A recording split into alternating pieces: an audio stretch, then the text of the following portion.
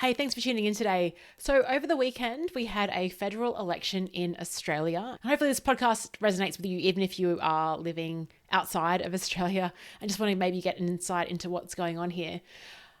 And look, I don't usually talk politics on the show or in public. It's not really my lane, but I did want to share some ideas and I guess my response to what I saw over the weekend, potentially in the lead up to it as well. I guess as an Aussie, it was a bit of a non-event, to be honest. It was actually kind of embarrassing, the lack of clarity in terms of initiatives from either side. So there's two major parties in Australia, the Labor Party, which is the left-leaning party, and the Australian Liberal Party and National Coalition, which is more conservative. And look, I think personally I'm a bit more central, possibly leaning more to conservative, but I love listening to different policies from various parties and obviously just basing my decision in the moment in terms of the context where I will cast my vote. And I found it really difficult this election to even show, I guess, interest. I found it quite disappointing, this election, in terms of the leaders of both parties did not appeal to me, to be honest. The policies were not that attractive or visionary or interesting or innovative.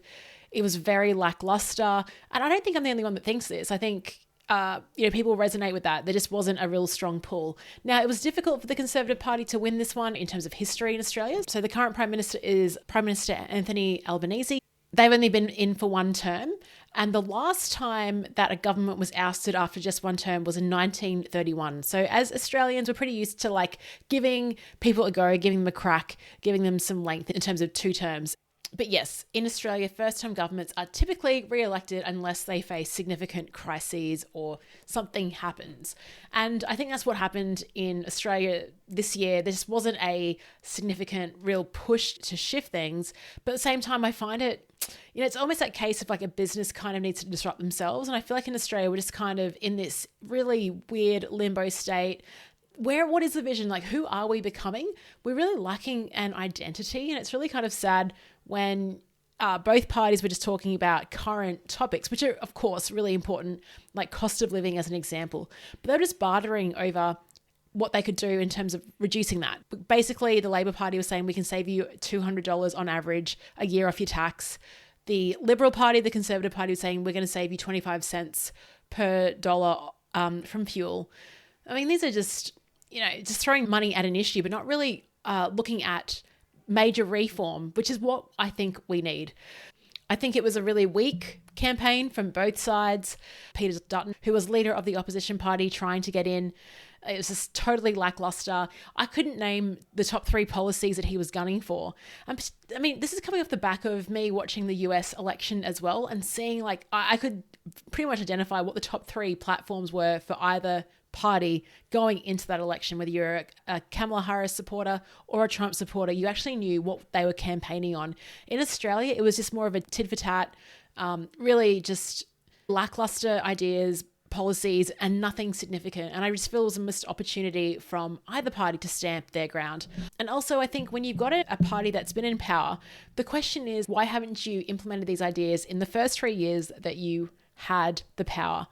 So a couple of things, I was thinking, okay, if I was running a platform, if I was going to be going for Prime Minister, what would I do? I mean, the biggest issue at the moment is lack of housing availability. The lack of being able to purchase a home for young Australians is a core issue at the moment.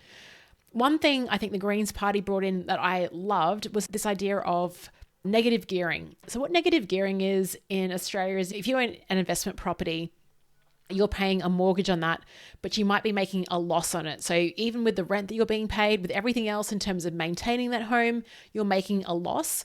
So that can be deducted off your tax. And Australian taxpayers, I think over $3 billion is lost in negative gearing.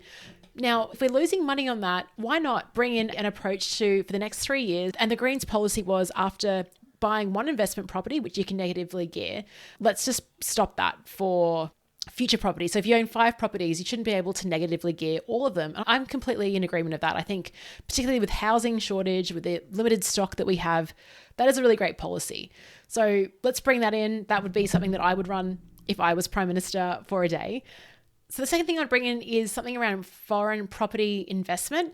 So our government right now has implemented a 2-year ban on foreign investors purchasing existing residential properties. However, foreign investors can still buy new dwellings and purchase vacant land.